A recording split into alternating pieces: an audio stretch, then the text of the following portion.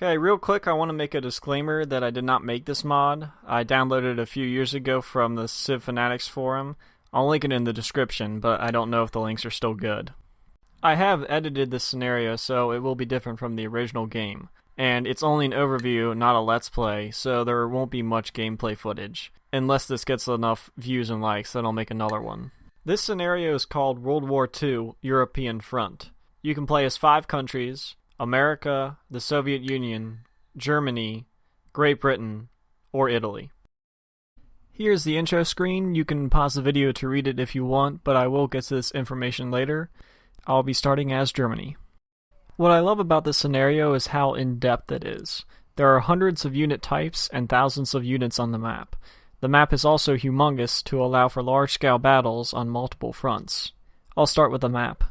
This is the eastern seaboard of America, and Canada right here, also part of Great Britain in this scenario. Here's Great Britain, and Ireland, and down into France, which is already controlled by the Germans, and right there is Paris. And further below is Vicky, France, and Italy right here. There's Sicily, also controlled by Italy. Over here is North Africa. Part of it's controlled by Vicky, France. And then over here, closer towards Egypt, it's controlled by the Italians, along with a large German army ready to attack the British. And then I think I go to, here's Egypt, controlled by the British. Up here is part of the Middle East, Iraq, and I think Free France owns what is Israel there. Alright, back to Germany. And up towards Denmark and Norway, which is also controlled by the Germans at this point. I like how far north this scenario goes, all the way up to Murmansk. And the battle between Finland and the Soviet Union. Down here is Leningrad. And I think I go to, this is where Germany and the Soviet Union meet. Lots of troops here. I'll go over that later. And further down here is Eastern Europe.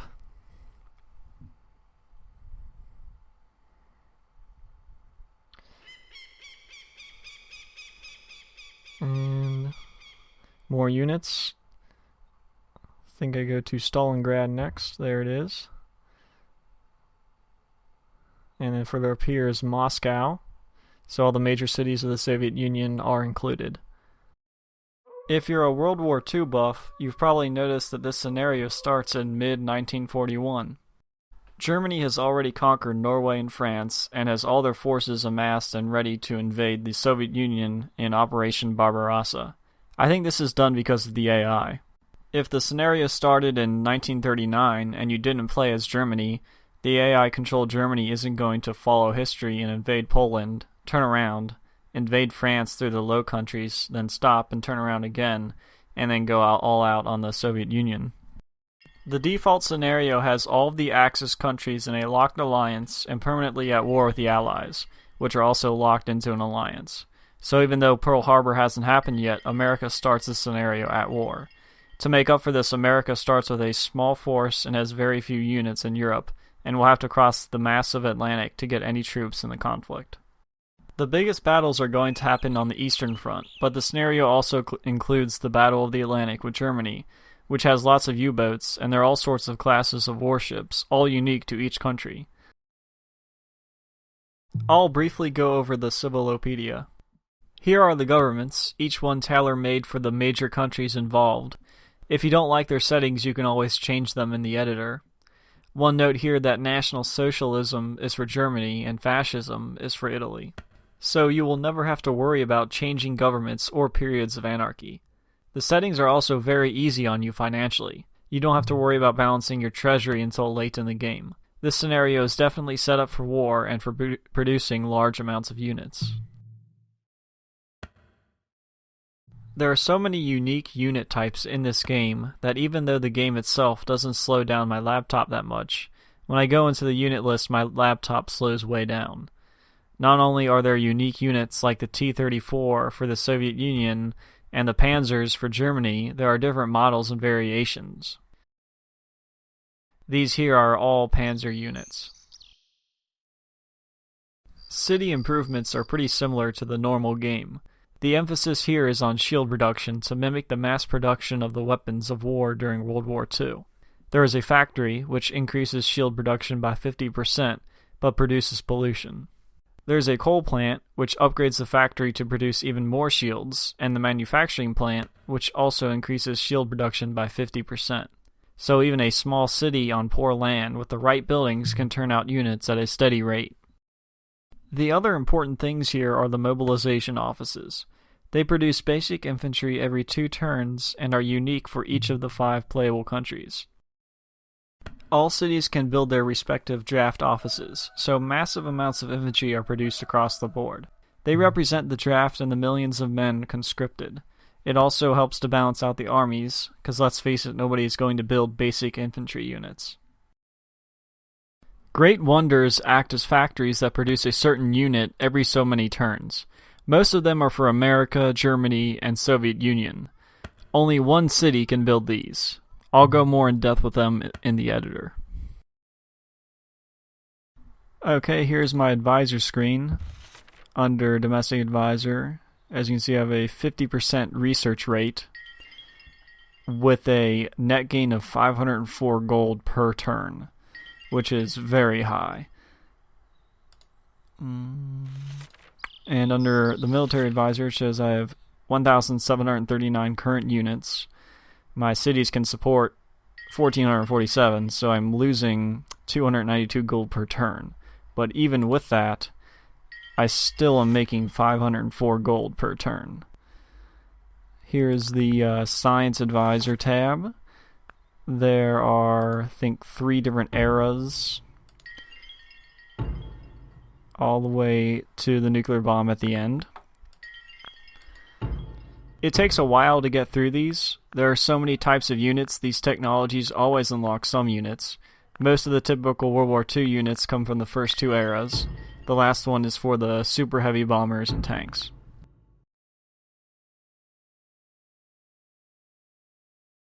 Here's what America looks like on the first turn of the scenario. I'm going to go down to the Diplomacy tab. Here are all the countries. America starts at war with the Axis powers and already aligned with the Soviets and the British. Here's all the different units that American city can produce on the first turn. There are a lot of different units. As you can see, it's very in-depth. And there are plenty of units to be unlocked as you advance through the technology.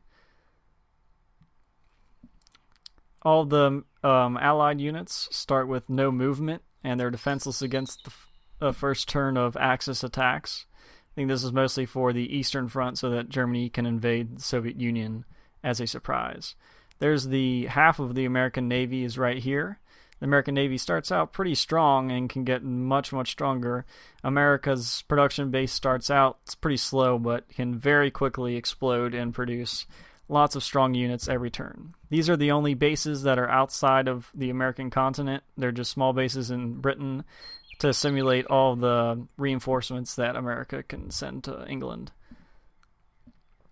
And then the first time I played it, I attacked North Africa first, pretty early on, and quickly went through North Africa and Italy all the way up into German-occupied France. It was probably the easiest playthrough I've had of this game so far. Alright, here's Italy at the first turn. That's an Italian 155mm artillery piece with a range of 3 squares. But Italy is probably one of the harder but smaller countries to play as. Its real strength lies in its navy. There's some of the naval units that I moved out, so it's easier to see, but that's only some of them. There's a large stack of big ships there, including some very powerful battleships. There's also a small air force. I beefed it up some in the editor to give it a little bit more strength in the Mediterranean. And that's exactly where Italy is going to make a difference, is in the Mediterranean and down in North Africa. Now I zoom out here to show everything. Italy also owns part of Greece and Eastern Europe, but all the battling for Italy is going to focus in North Africa and in the naval and air warfare. Here's some stacks there are Italian troops and some stacks are German troops, but they're both working together to push east towards Egypt. And there's some more aircraft that Italy can use.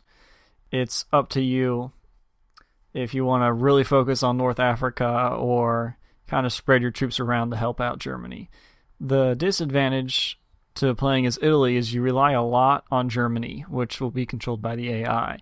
And sometimes they're not going to do what you want them to do, or they'll do their stupid usual AI things. Alright, here's Great Britain on its first turn. It is one of the smaller countries to control. There are only 635 starting units with the 1100 before you have to before it costs money to create any more units. The advantage to playing either Italy or Great Britain is that they're smaller and it's far less time consuming to play as them because there are just less units to control. It starts out with a decent air force, just mostly fighters to fight back all the German onslaught from the air. It starts out with a lot of infantry units as well, but very few good land units. And if you're wondering where the very famous and powerful British Navy is, it's at Scapa Flow. There are just tons and tons of ships that it owns. That'll be one of the big battles, is the naval battle around the English Channel. It also controls Iceland, that one city in Greenland, and Canada. All of the Canada land shown here is considered part of Great Britain, which you can use to help supply England in Europe. It also controls Gibraltar, Malta, another key island in the middle of the Mediterranean, and Egypt, where a lot of oil is stored that the Axis allies are trying to attack and take control over. This is a difficult defensive battle, but if you can keep the supply lines open from Malta and Gibraltar, it's not as difficult. You also have to fight Vicky France, which controls, I guess, what is now considered Israel, and Iraq over there. They're also part of the Axis powers, but they're not strong at all. But yeah, I've never played fully through as England, so I'm not sure exactly how difficult it is. Okay, here's the Soviet Union on its first turn. The Soviet Union looks like it has a lot of land to it, as you can see on the mini-map, but because of the German invasion, they're going to push very far in, and there's be a lot less land to work with. And there I'm showing you the large amount of fighters that the Soviet Union has, but they're very weak, and most of them are going to be destroyed in the German invasion. I keep scrolling down here to the southern section. I have played as the Soviet Union before. It's one of the most enjoyable and challenging games of Civilization 3 I've ever played. They pushed very far in, but I was able to stop their attack, and they're Stalingrad down there. I'm going to be scrolling up slowly throughout the land. Most of the fighting will be around here, closer to the big main cities of the Soviet Union, like Moscow. And the other part I show is the northern section, the war against Finland, which is pretty powerful in this scenario. They keep fighting. They fought me well into the previous playthrough I had as the Soviet Union. And all the way up here to Murmansk in the very north. But yeah, it's mostly a land-based game as the Soviet Union. A little bit of air warfare and almost no naval warfare, and it's a simple strategy of defense in depth, but it's on a very, very large scale. I haven't actually played as Germany. There are just so many units that I'm afraid it's going to take way too much time. But I think the difficulty with Germany would just be managing and keeping some kind of organizational tab on all of your units while also being very, very fast and attacking and taking as much as you possibly can. And right there, that's the Atlantic Wall. It's simulated from a large amount of emplaced guns that have a high defensive value, but they can't move anywhere. It's a huge problem if you're the Allies for trying to assault German territory. But anyway, as Germany, it's just keeping a tab on everything and working efficiently in all battles. And there are a lot of battles to take care of. It's a lot to remember, I'm sure. And to just keep everything organized, especially the Air Force, and moving everything back and forth, say from the Eastern Front to the Britain or all the way down to the Mediterranean to help out with North Africa. But I think it is possible, and especially to take the Soviet Union, which is so unprepared. If it's controlled by the AI, they're probably going to have a tough time repelling your attacks with large amounts of strong units. If you made it this far, thanks for watching the whole video. I do plan on creating more. Please comment below on what you want to see about this scenario, or if I missed something. And sorry if it felt disjointed, I made this video over the course of several weeks. Thanks.